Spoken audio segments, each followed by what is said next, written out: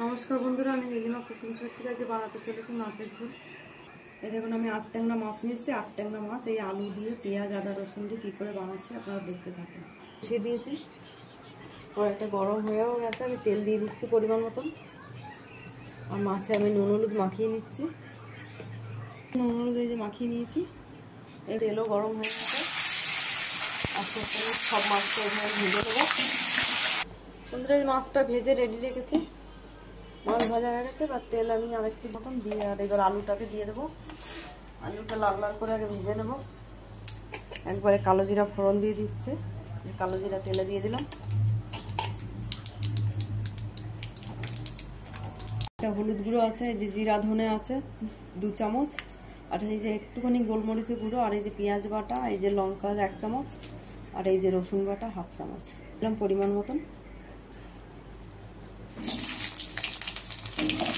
আলুটা আমি ভেজে নেবো আস্তে আস্তে। এইভাবে আলুটা ভেজে তারপর মশলাটা ঢেলে দেবো। মশলাটা সব ঢেলে দিচ্ছি। আলুটা ভাজা হয়ে গেছে।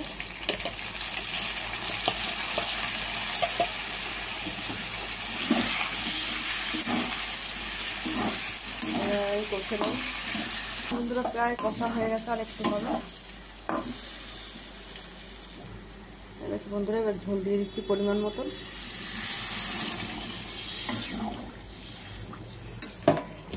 দিয়ে দিচ্ছি ঢাকা, ঝোল অপেক্ষা।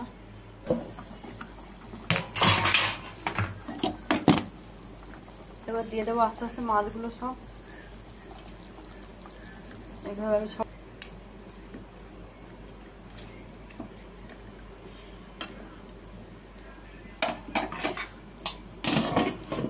একটু কাঁচা লঙ্কা দিয়ে দিচ্ছি। এবারে আদা আদা হয়ে গেছে, ফের ঢাকা দিয়ে দিচ্ছি। হয়ে গেছে বন্ধুরা, এবার আমি গ্যাস নিভিয়ে দিচ্ছি। দেখুন বন্ধুরা, আপনাদের যদি ভালো লাগে আপনারা এরকম বাড়িতে বানিয়ে খেয়ে ট্রাই করে দেখতে পারেন। না নীলিমা কুকিং শোটিকে ইউটিউবে আপনারা সাবস্ক্রাইব, লাইক, কমেন্ট, শেয়ার করে দেবেন। আর ফেসবুকের বন্ধুরা আপনারাও লাইক, কমেন্ট, শেয়ার করে দেবেন। আর নীলিমা কুকিং শো বলে পেজ খোলা আছে, সেখানে আপনারা ফলো করে লাইক, কমেন্ট, শেয়ার করে দেবেন। বন্ধুরা, একটু কমেন্ট করবেন, নাহলে আমি জানবো কী করে আপনাদের ভালো লেগেছে কি লাগেনি। তাহলে আমি নতুন নতুন রেসিপি তো দিতে পারবো না, আমি তো দিতে পারছি না।